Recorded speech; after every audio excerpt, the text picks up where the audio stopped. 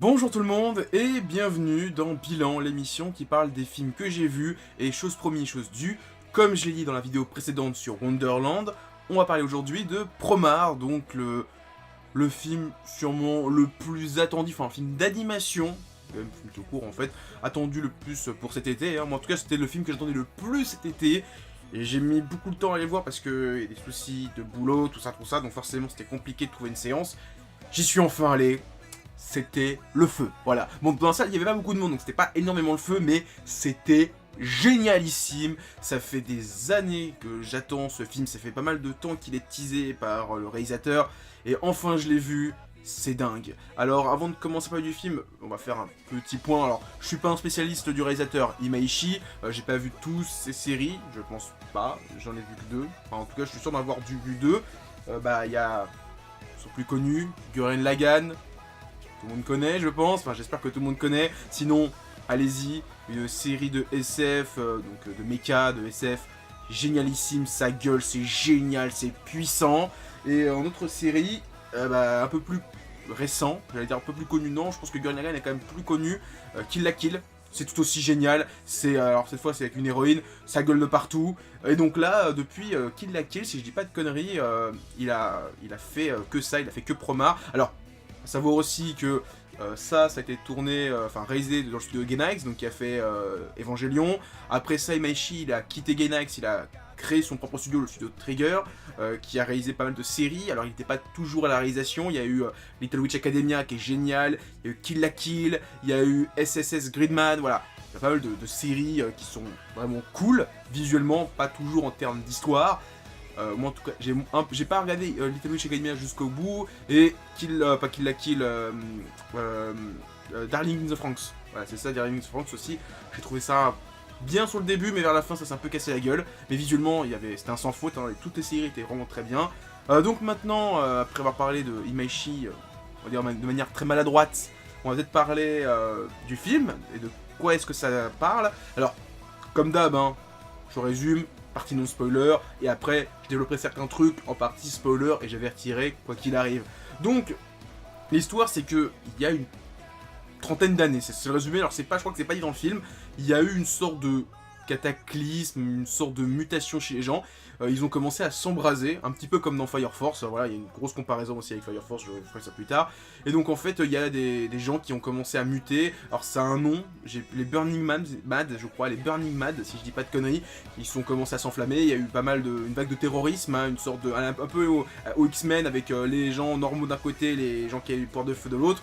Et 30 ans plus tard, on suit Gallo, un jeune pompier, une jeune recrue de la FDPP, fils de pute, putain, je sais pas qu'est-ce que ça veut dire en vrai, qui rejoint donc une unité de pompiers, et il va affronter le leader des Burning Mad qui s'appelle Leo. Voilà, c'est plus ou moins ça l'histoire, et c'est génial, franchement, visuellement, c'est génial, c'est fantastique, ça gueule à fond, il y a la musique, l'OST, il y a une OST qui revient 2-3 fois dans le film, à chaque fois qu'il y a des scènes d'action. J'étais comme ça pendant tout le film. Ouais, j'étais un gros mal. C'est franchement l'OST est dingue. Souvent, j'en parle pas souvent parce que soit je les capte pas, soit j'y pense pas. Et là, franchement, elle m'a marqué de ouf. L'OST est dingue. L'animation, alors, je vais pas faire le mec qui s'y connaît, tout ça, mais l'histoire, le film, c'est quand même été vendu comme étant c'est un film de CGI en 3D. Et j'étais un peu circonspect au début, lors de la première annonce, hein. Après quand j'ai vu l'annonce, je me suis calmé. Je me dis 3D, on pense à Berserk, on pense à Baki, on pense à Kengan Ashura, on se dit l'Holocauste, tout ça. Là, c'est la CG qu'on veut. Voilà, si toutes les séries de CG étaient comme ça, je pense qu'on dirait non, la 3D c'est l'avenir, c'est trop dingue.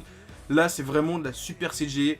Voilà, c'est le point CG. Point histoire, c'est une bonne histoire. Alors, il va y avoir des similitudes avec Fire Force. Et très clairement, j'ai vu le film ce matin au cinéma.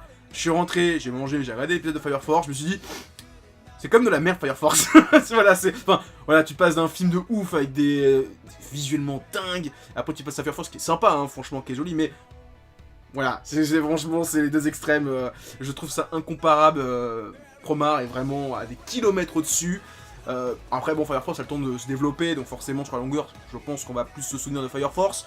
Mais j'espère pas vraiment. Je préfère que Promare soit inoubliable pendant des décennies et des décennies. C'est franchement un super film, visuellement dingue. En fait, le problème, c'est que si je parle de certains trucs, je risque de spoiler, donc enfin, j'ai peur de spoiler des gens qui ont vu que les bandes annonces ou qui n'ont pas vu les bandes annonces. Donc forcément, voilà, j'ai envie de dire, ah, il y a ça, mais peut-être que je vais vous spoiler. Par exemple, il y a toutes les techniques de galop, moi j'étais pas au courant, donc j'ai découvert ça dans le film, j'ai pris une claque. Voilà, donc j'en dis pas plus, mais par exemple, les méchants ils contrôlent le feu, donc il y a tous les effets de flamme, c'est fabuleux, visuellement c'est fabuleux. Non, franchement, le film est super beau, il y a 3-4 grosses scènes de fight dans le film, dès les 10 premières minutes, t'en prends plein la gueule, mais quand j'ai vu la première scène d'action, donc qui commence au tout début du film, hein, c'est vraiment là, la 5ème minute, je crois qu'on commence avec une putain de scène, où déjà en fait il y a un incendie, donc on t'introduit vite fait les personnages, et en fait il y a l'alarme qui sonne, ils courent vers leur vestiaire, ils ouvrent leur porte, et franchement, ça dure quelques secondes, mais tu les vois chacun ouvrir leur casier, tu vois des trucs dans les casiers, t'as à peine le temps de discerner tout ce qu'il y a, tu te dis d'accord, lui c'est un bagarreur, ok, elle c'est la fille, c'est une bimbo, ok, lui machin, et en fait tu vois juste quelques détails, ton cerveau ça s'imprime, et après tu vois les personnages, et après scène d'action, gros combat contre un mec enflammé, c'est dingue, et la scène d'action où le héros d'école, il se bat contre les... c'est dingue, j'ai même pas tout capté tellement ça va vite, tellement il se passe des choses à l'écran. Le mec qui a imaginé cette scène dans sa tête, il doit être complètement... Il a dû fumer, il a dû prendre des LSD, c'est un truc de dingue, c'est trop n'importe quoi pour qu'un esprit sain ait conçu ça. Voilà, c'est vrai, c'est n'importe quoi, enfin, visuellement c'est tellement impressionnant, je me dis mais qui a pu penser ça? C'est trop surréaliste pour un esprit humain lambda, c'est pas possible, le mec il doit être fou. Le mec qui a storyboardé ça doit être fou, c'est sûr et certain. Non, franchement, visuellement, c'est dingue.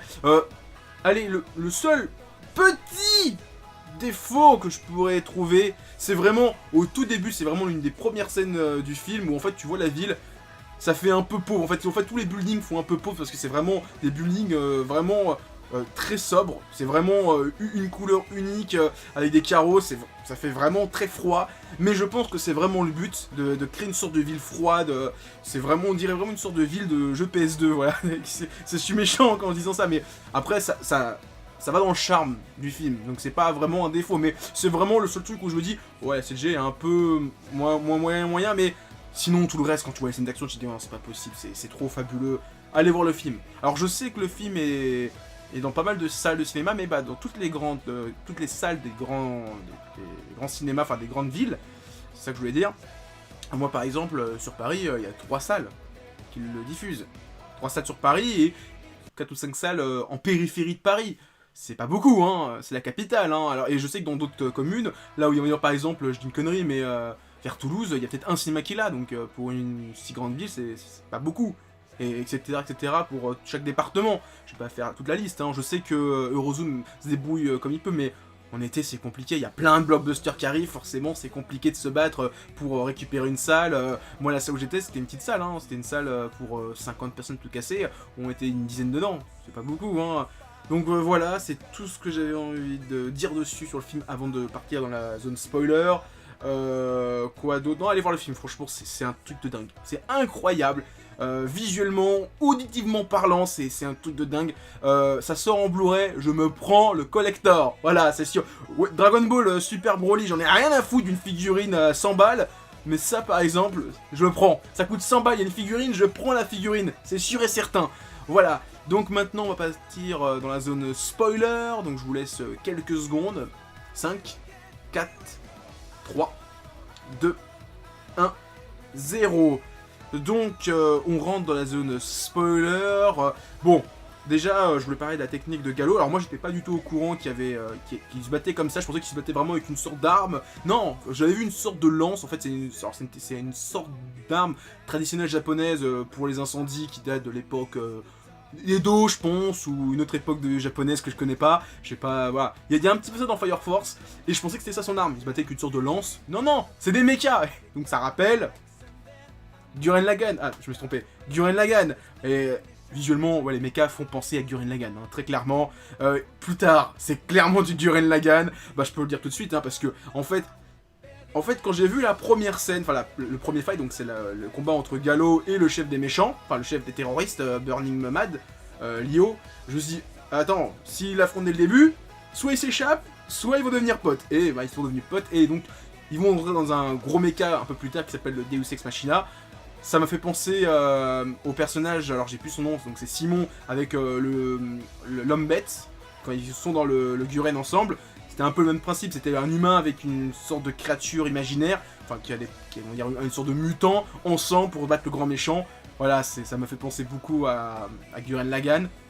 À ce niveau-là, quand même, il y a plein de trucs qui font penser à Gurren Lagann. Alors, Kill la Kill, ça fait longtemps que j'ai pas vu le film, mais il y a des personnages dont l'apparence fait penser à Gurren Lagann. Enfin, Kill la Kill plutôt. Ouais, c'est très clairement, si vous n'avez pas vu ces séries, allez-y. Si vous les avez vues, je pense que vous allez prendre une putain de grosse claque, plus que quelqu'un qui va découvrir juste le film, parce que vous allez voir les références et vous allez sûrement bien kiffer. Quoi d'autre le retournement du grand méchant.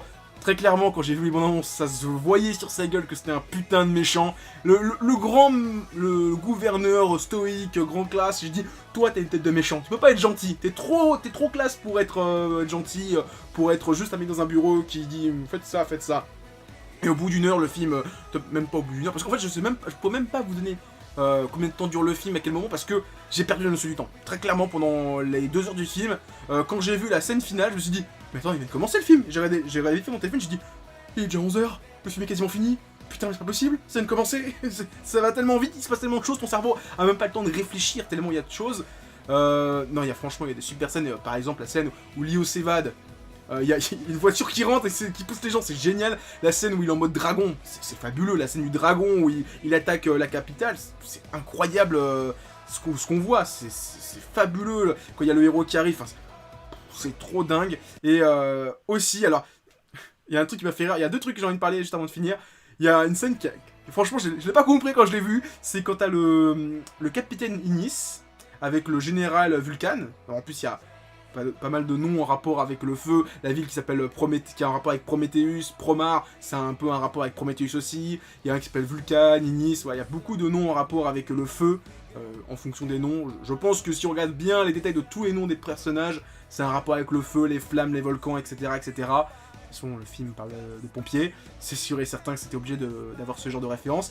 Donc il y a une scène entre Ignis et Vulcan où ils se rentrent dedans en voiture, ils sortent de leur voiture, ils se donnent un coup de boule, c'est stylé. Mais qu'est-ce que ça veut rien dire. Voilà, mais voilà, ce film, c'est des trucs comme ça, t'as des plans comme ça veut absolument rien dire. Cette scène où ils s'entrechoquent, ils sortent de la voiture, ils se donnent un coup de boule, c'est complètement débile, mais c'est génial. Voilà, c'est pour le genre de truc que j'ai envie de voir. Et donc, je vous ai parlé du fait que les 2 personnages principaux, Gallo et Leo, s'associent dans un gros robot. Il y a une scène où à moi il dit oui, il faut que t'attaques, machin, vers vraiment la fin du film. Hein. Il dit tiens, prends la perceuse. Et j'ai dit une perceuse? Non, c'est pas possible. Là, c'est... Il m'a shit, il me fait plaisir. Là, c'était une putain de référence à Gurren Lagann. Tu le vois avec sa perceuse et il saute et... J'espérais entendre l'OST, l'opening de Gurren Lagann dans le fond, mais non, mais franchement, c'était épique. Vraiment stylé. Dernière chose, il va y avoir du fanservice. Il va y avoir pas mal de fanfic entre les 2 personnages, parce que bon... Il y a une scène de baiser, bon, c'est du bouche à bouche, mais c'est sûr et certain qu'il y a plein de fangirls qui vont créer des fanfics, on va avoir plein de dessins entre les deux, c'est sûr et certain, alors qu'ils sont pas homo. Très clairement, Gallo, il se tape la meuf, là, au gros sein, qui est tout le temps avec lui, qui est sur sa moto, qui pareil, qui a des poses, elle est tout le temps sur son hélicoptère, le cul en arrière, cambré comme pas possible. Mais franchement, ce film est génial. J'ai limite envie de le revoir une seconde fois tellement il est dingue. Tellement il y a plein de choses que j'ai pas compris, des choses que j'ai vues, mais j'ai pas... Mon cerveau a même pas eu le temps d'analyser tellement il se passe de choses. J'ai envie de le voir une 2e fois au cinéma.